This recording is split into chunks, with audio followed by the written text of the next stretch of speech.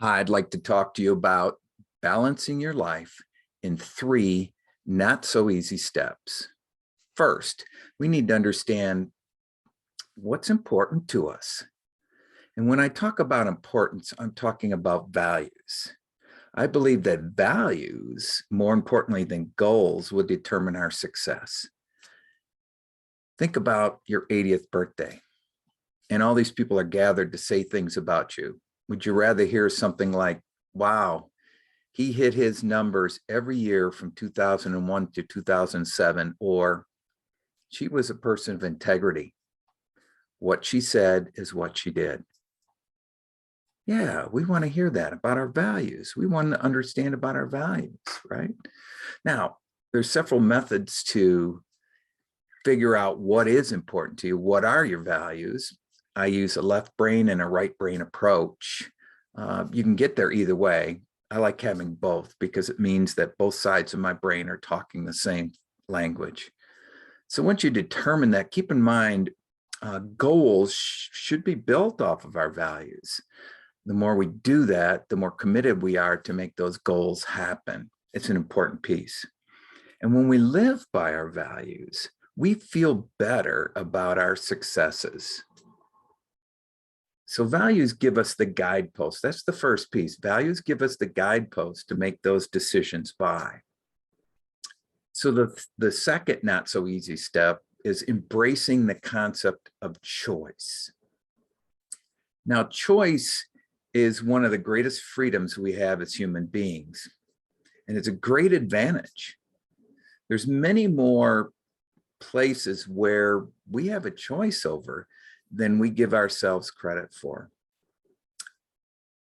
Choice happens between the moment we hear or see or experience something and our response.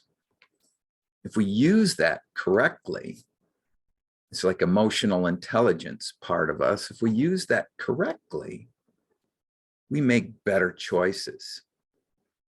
Even when we face adversity, things that we don't choose, like bad weather, an illness from that a close friend contracts, or even a dictatorial boss, we have a choice over how we respond to that.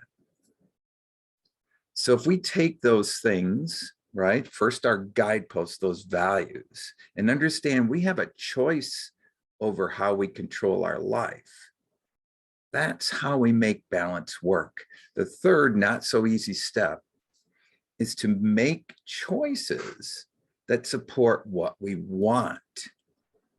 Now, this concept, and when we talk about that, people in the classroom usually love playing around and figuring out what they value. They also tend to really understand, at least in theory, the concept of choice, but putting it to work in the real world is difficult for them.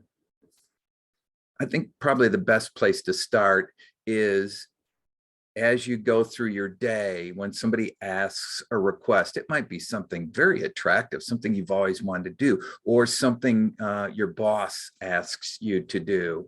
And we need to stop at that moment and think about, okay, what are we saying no to? Because most of us have a full schedule already.